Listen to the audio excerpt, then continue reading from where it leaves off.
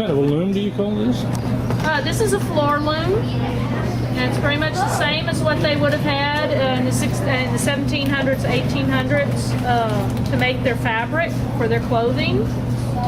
The major difference on this one, actually two major differences, where these metal heddles are, they would have had string. String? Right here, they would have had string with a little loop in the center, like these have the little eye. Oh, So I see. those would have been string. Okay. And these harnesses right here, which, because I've got everything tied down, you can't really see them. These are what shifts the warp thread, and these push up from the bottom. That was not from stepping on the treadles. Yeah. More commonly, what they would have had would have been a castle up here at the top. And when you stepped on that, the pulley would have pulled these up rather than pushing I from see, the like bottom. Yeah, it would have pulled. So, but that's the major difference. Looms similar to this have been around for hundreds of years. And regardless of what type of loom you work on, whether it's an inkle loom, a tape loom, pin loom, the concept is the same on all of them. And even the commercial looms that make modern fabric, Pretty much the they're same? pretty much the same. They're just mechanized. So, Cool. but what this is called dressing the loom, and it's putting the warp threads on. The warp threads? Warp. The warp is your thread that what I call the stationary thread. Yeah. That's what's pulled snug, and you're weaving in between the Oh, warp. okay. All right.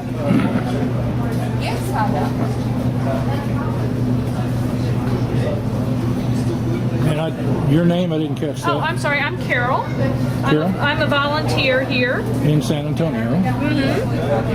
My husband is doing the presentation on the weapons and personal items of the men of the Alamo right now in this amphitheater. Oh, he is? Yeah, he is actually living history specialist here at the Alamo. Okay, and that's over in this other building, I guess. It's right here, right behind us. Okay, I'll check that out in a minute. So yeah, he's just getting started with it. They'll have another firing demonstration, I think, in about 45 minutes or so. And then he'll start his presentation over at that point. Okay. I'm going to be a little off-center on this, but oh well. For the first project on here, it's good enough.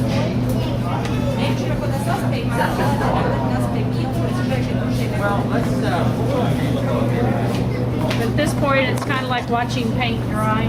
Oh, I know. So, That's how you learn, though. yep. It's not all fun and games. Some of it's work, isn't Some of it? it's work. Yeah.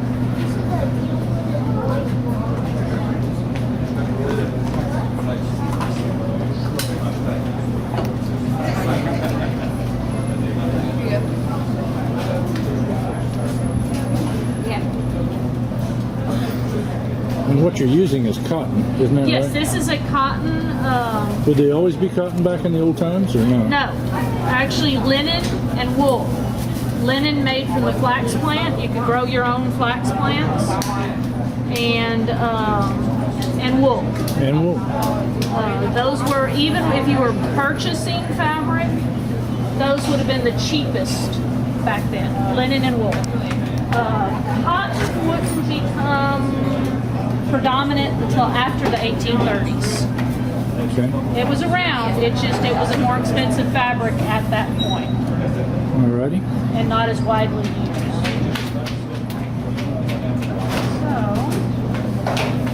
She's So, about to make me a beautiful towel. Did you know that? oh, that won't happen. That won't even begin to happen until next week. Oh. Yeah, because what I've got here is 288 individual warp threads that are 5 yards long. Each one had to go through this individual slot. Now the next thing, each individual one has to go through one of these little eyes on one of the 4 harnesses. Depending on which harness it goes on is going to give you the different patterns. So now I've got 288 more little holes to go through. Lord. When you got to do that before you could ever start the thing up, huh? After I get through undoing my mess that I made here, because I didn't I was probably talking this morning when I did it. So we'll hope it's not too bad. Right. Well, I did get out of this situation was your name. And wait a minute. I'll edit this in. Okay. All right, now tell me who you are, please. I'm John Potter. I'm the living history specialist here at the Alamo. Very good. One of them. How long you been here? Off and on, I've been here doing volunteer work for about 20, 30 years, but I've been on staff for the last 3. Now, how do you know so much about this is what I want to know. Where'd you learn? I taught history, Texas history for 30 years. I've been doing living history for 20. Oh, wonderful. And when I grew up, my grandparents were telling me the story, family stories. So it's pretty well stuck in. And that's what Grace Time's all about. Thank you very much. Thank you. And that's why these old recipes they call for inch or a dash of something.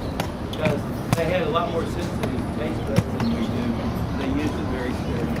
I have salt, pepper, thyme, cinnamon, allspice, and I think ginger. So those are the ones that carry. Now salt was so expensive at one time. We have the phrase "worth your weight in salt." And the Roman soldiers, when they got their pay for the month, part of that pay came in the form of salt, which was called sale in Roman. And that comes from that word, we get the word salary. So our salary back then was a ration of salt. Okay? So salt was almost as valuable as gold. Now, some of my eating utensils, I'm going to try to save space wherever I can. Fork and spoon together, or just a spoon by itself. Or, this was coming out at the time, it's pretty cool.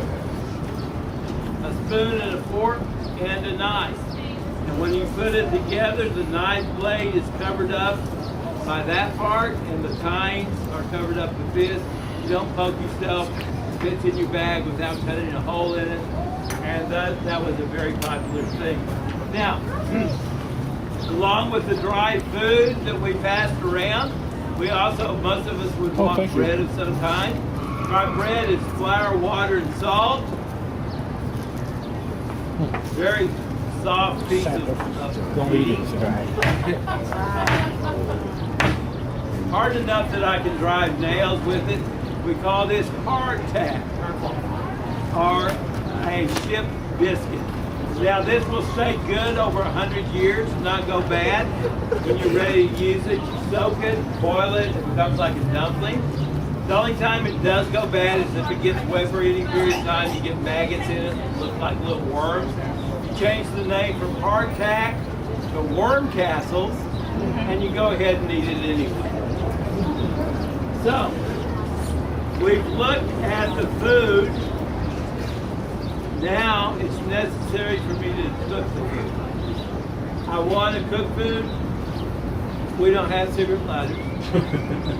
We don't have charcoal lighters, stuff like that. We might have the newest thing in technology. These are called Lucifers. They're matches, not similar to the ones we have today, except these have sulfur tips. And let's see, got one left. Yeah, I got one left. Has a yellow tip on it, and it's like a straw instead of a piece of wood. And when you light this, unlike a modern match that goes out right away,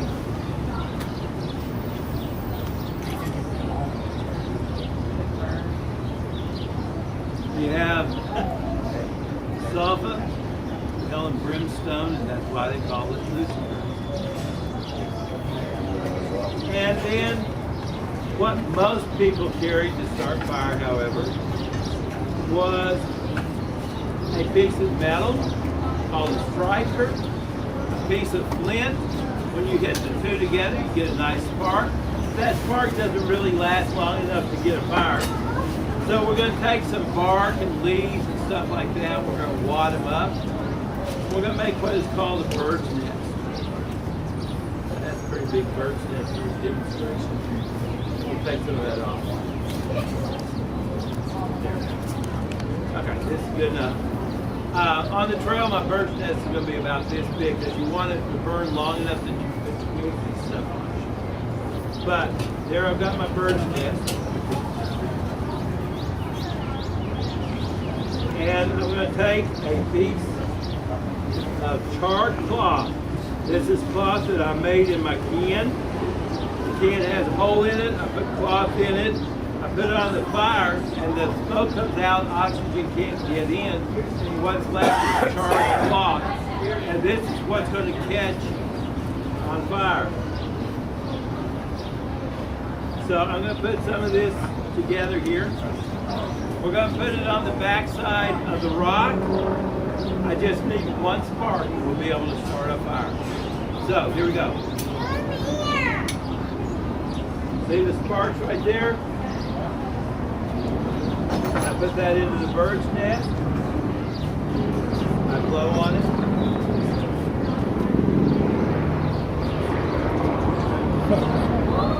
Check that out.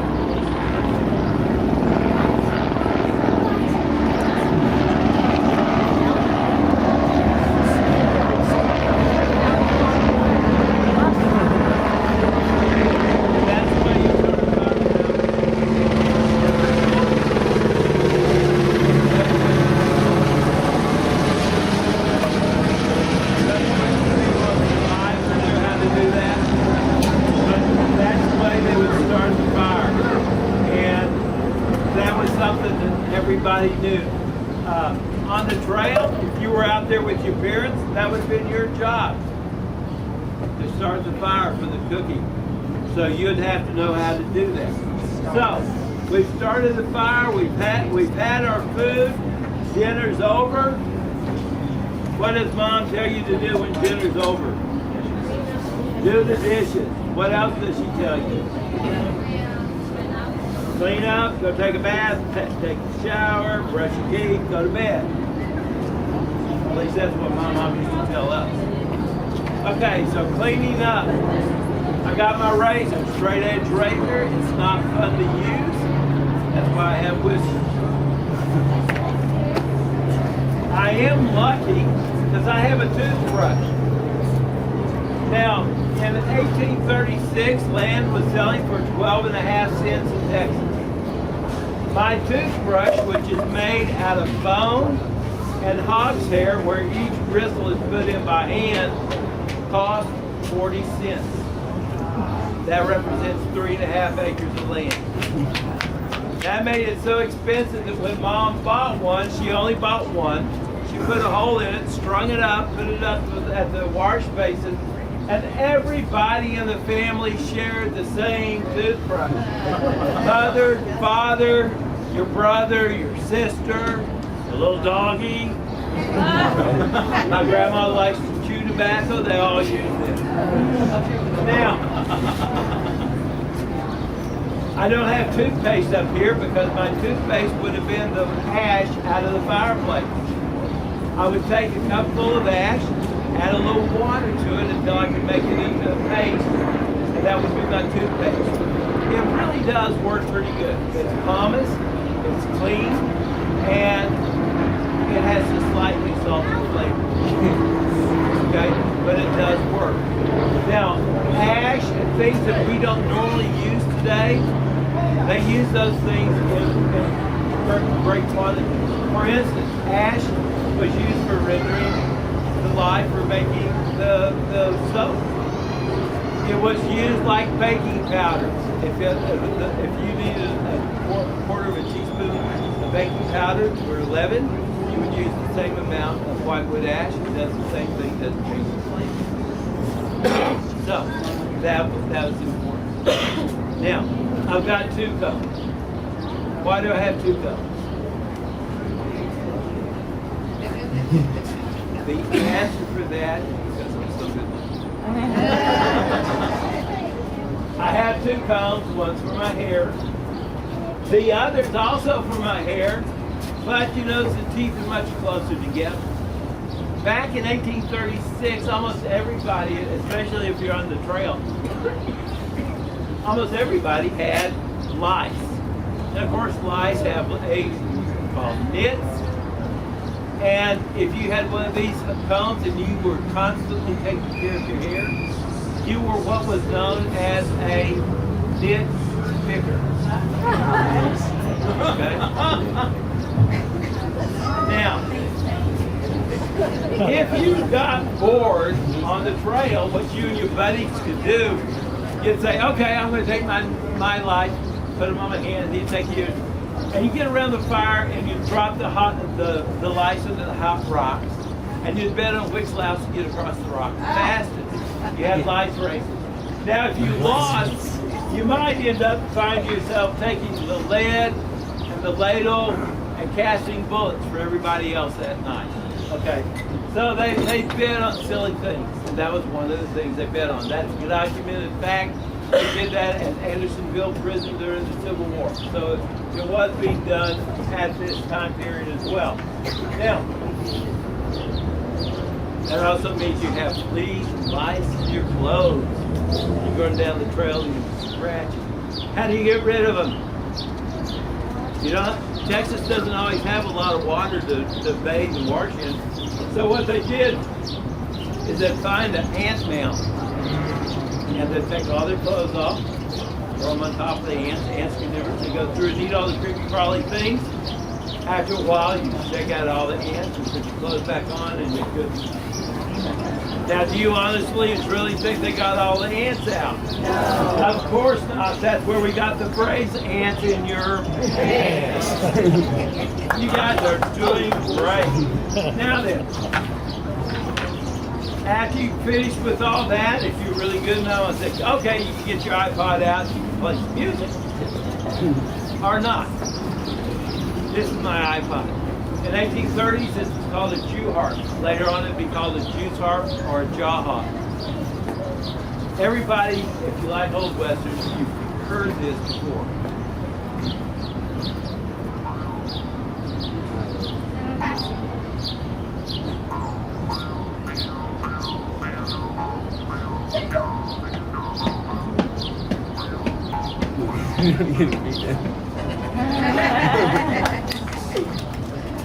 iPod, 1836. Now, another thing that Texans and people could do back then, a lot more of them were literate than we sometimes give credit for. And a lot of them, like women very often Molly and stuff, kept very detailed journals. That's how we know so much about the personal lives of the thing. On the trail, if I wanted to do a journal, I would have a journal lab like this. My tent is usually a very small sheet. It might be this high, goes back just far enough that I could roll into it at night so I don't get wet or whatever. But I might want to write in my diary. So I have my writing kit. When I open this up, I have several essential things. One is my candle. And since the backs of it are polished, one candle gives me 3 candle power. And I can focus it by how well I open the box. I need something to write with. I have a quill pen. I have ink, and I have a pencil. Of course, my pencil's missing the eraser. If I made a mistake, I'd take some old thread and rub across it, and that would become an eraser. You can try that at home, it really works. Now, I have my pen. If you took this to school today, what would happen? You would be arrested, okay? If you didn't take this to school in 1836, the teacher would get mad at you, maybe even send you home to get one. What's that called? What kind of knife? Okay. Today, everybody calls it a pocket knife. Some people might still refer to it as the jackknife. But when I was 5 and my grandfather gave me my first knife, he said, Dan, here's your penknife. And a penknife was something that was used to keep the quill sharp so you could get a very distinct, sharp line in writing. So if you didn't have this, you would be in trouble. Today, you'd be arrested. Kind of fun, I think. And again, being concerned about how much space you were taking up and stuff, all this fits in to the case. And it all fits back into the candle box. And that packs in your bag very easy. Okay.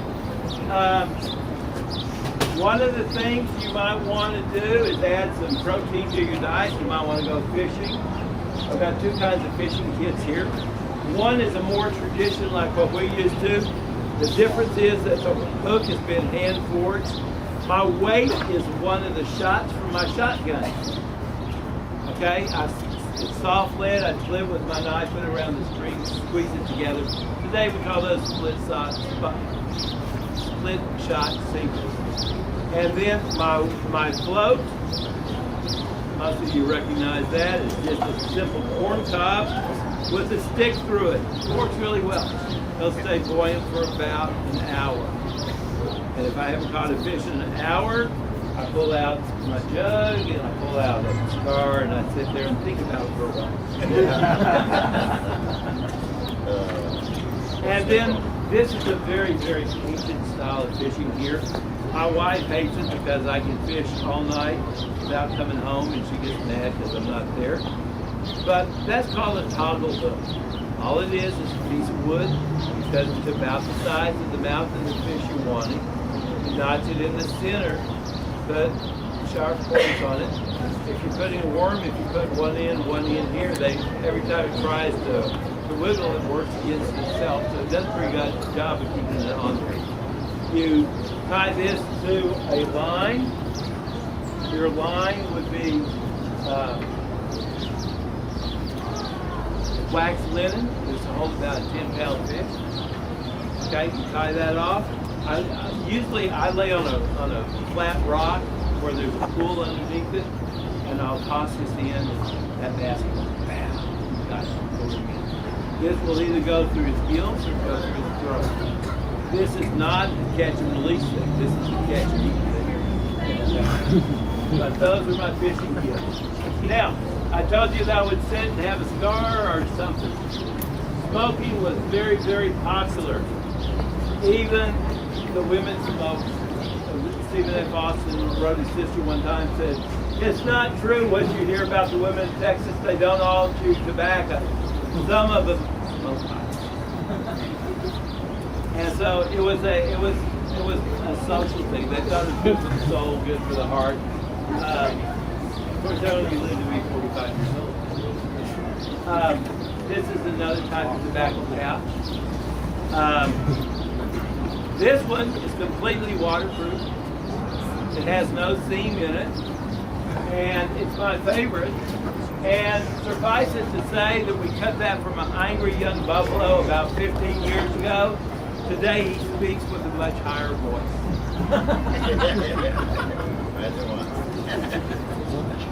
Now then, does anybody have any questions about any of this over here? This is another way of carrying tobacco. It's called a twist. This is my soldier's housewife.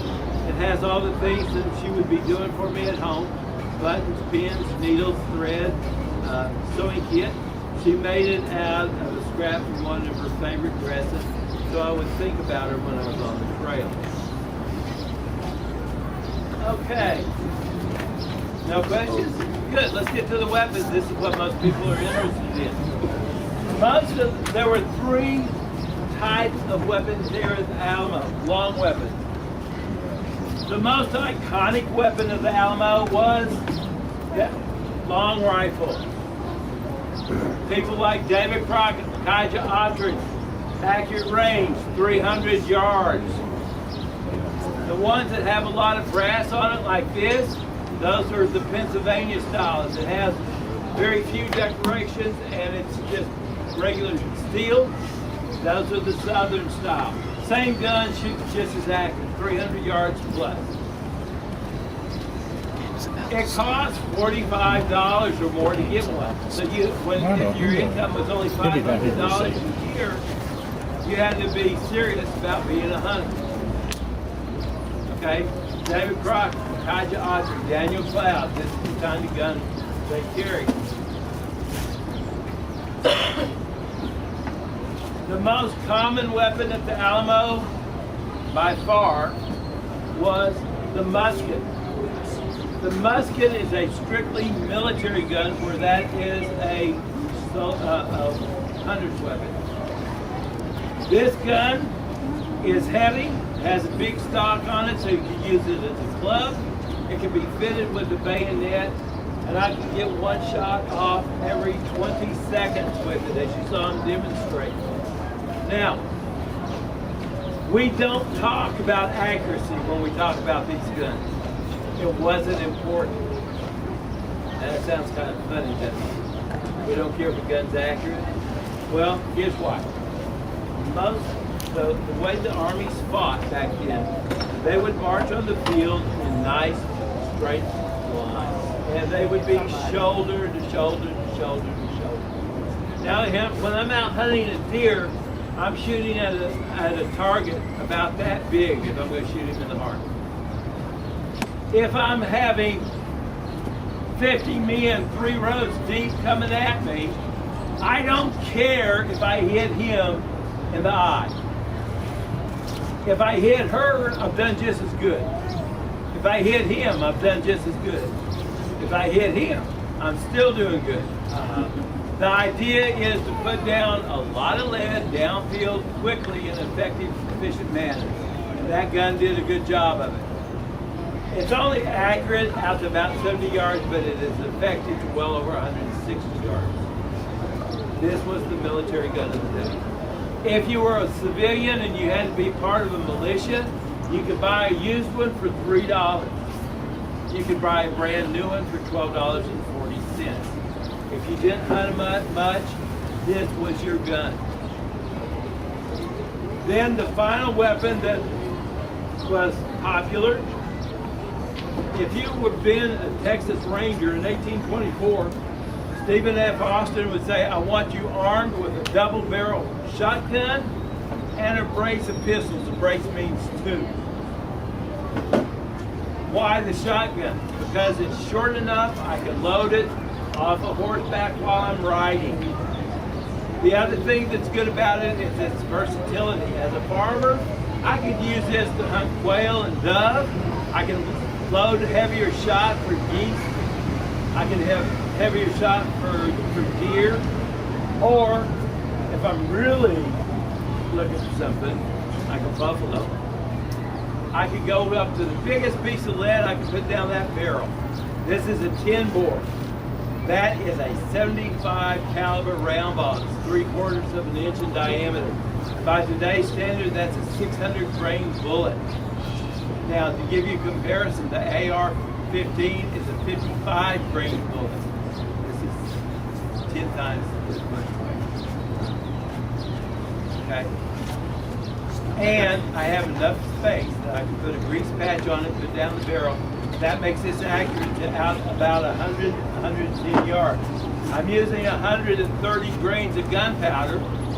So when I use that, it thumps whatever I shoot, but it also thumps me. That's why this baby's name is Thumper. Now at the Alamo, the most famous man to use the shotgun was William Barrett Travis. He had been a cavalry officer. On the morning of March 6th, the alarm goes up, the Mexican army's at the wall. He and his slave Joe go running up to the northwest corner, which is where the Indigo Hotel is today. He gets up to the wall, the Mexicans are down below, they've gotten all the way to the wall. He takes his shotgun, takes 2 shots, boom, boom. He starts to reload. As he's reloading, he gets shot with one of these, a 75 caliber round ball fired from a British brown best musket in the hand of a Mexican soldier. Got him dead center of the forehead. He falls to the bottom of the ramp. He's lying there dying. He lives long enough to see the Mexican soldiers breach the wall. As they do, one of the Mexican officers draws a sword. He's going to bring it down on Travis's neck. As he does, Travis finds a sword in the sand. He runs him through. The two men basically die in each other's arms. We know that because Joe, his slave, survived. Joe is the only male participant to survive the battle. All the others died, so we don't know how Crockett died. We don't know how Bowie died. We don't know how but since Joe lives, he's able to tell us this is the way Travis died. And so we have a really good idea of what happened to him.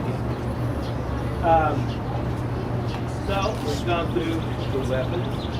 These are the different accoutrements. The lead for making your bullet. The ladle for melting it. Lead melts at 630 degrees, so you can do it in the campfire. These are the bullet molds. This one makes about 75 caliber. And this makes it 50. This is combination tool. Again, we're saving weight wherever you can. Here, I didn't put a handle on it. I put a socket. I can put a stick and make it as long as I need to. Here, I've got 3 tools. This little thing is a napping hammer. When this stops sparking, I'm going to come down at a 45-degree angle, chip it just enough that it gets a new sharp edge on it. Then I have a pick. There's a little hole that goes from here into the barrel. I've got to keep that clean all the time. And then I've got a screwdriver for replacing the flint, and so I can replace it as needed. The other thing I have on here is a set of lady legs that we use for a ramrod puller. When you shoot this for a long period of time, powder builds up, ram this down, you get a good grip, gives you leverage, and you pop it free. There's a story behind that. If you want to know that, I'll tell that to you afterwards. We do appreciate you being here. One other thing I will go quickly to get ready to do the shooting demonstration. The knives of the Alamo.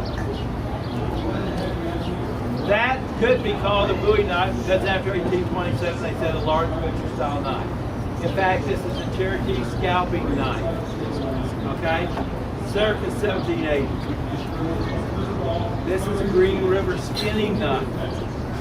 You notice that on skinning knives, the blade tip goes back up toward the top. So once you get it in, as you're cutting the skin of the animal, it's lifting the point up and away from many of the vital organs. These are great skinning knives. Sheffield did the same kind of thing with their knife. This company has been in business since the 1500s. They still make this knife today, but they no longer sell it as a skinning knife. Today it's a kitchen knife. Same knife, exactly. Bowie's first knife was the hand knife that we have on display. A lot of people think that's the knife you get at the sandbar fight. This is also one that's very similar to some of the ones that we would have used. Okay, it's called Belduque. Large butcher style knife used for butchering large animals like the buffalo, the bear, elk, and the meanest of all the wild animals in Texas, the wild longhorn. The wild longhorn was harder to bring down than a buffalo, and meaner than a bear, at least according to the Comanche. And if the Comanche had that kind of respect for him, you better have it. 1830s, Jim Bowie's getting ready to come to Texas. His brother has a knife made for him. It's made by James Black. It looks like this. It has an S card on it. It has a spine. On the way back into Texas, after the sandbar fight in 1827, he had been shot. He had been stabbed 4 times and shot 3 times. He takes care of all of his assassins. His name goes viral. In 1830, on the way into Texas with this knife, he's attacked by 3 assassins. He almost decapitates one, he disavows another, and he mortally wounds the 3rd. So for the 2nd time in his life, as we would say today, his name went viral. And everybody started wanting knives like this at the age of gentlemen wearing swords on their side comes to law. It was a game changer. And then after his death in 1836, any and every knife maker that could copied the Bowie style knife. Now, it's very, very hard to tell original Bowie because the Bowie brothers gave out knives the way we give out business cards. So a lot of knives come in plain Bowie. That's the one that carries the name and the style most often. Is this one. We still use it today. The Marine Corps, our K-bar knives, look exactly like this, except with that long. So, the tomahawks are working hawks. These are designed for working tools when you're working the beaver traps. You have a hammer for knocking the pole in. You have a hook for pulling the chain out of the water. And you have a sharp blade in case that beaver is still alive. A beaver is not a friendly animal. They are not cute. The last one I killed, 3 feet from the head to the tail, 2.5 feet side to side, 90 pounds, teeth like this. And he wasn't happy that he'd been caught. He wasn't drowned. So I was glad to have it. But anyway, we're glad you're here. I hope you enjoy it. If you want a picture, that's fine. If you want to go over and get your, watch them shoot, go watch them shoot, and then come get us back and get a picture. You're welcome to do that. Ladies and gentlemen, I appreciate you being here.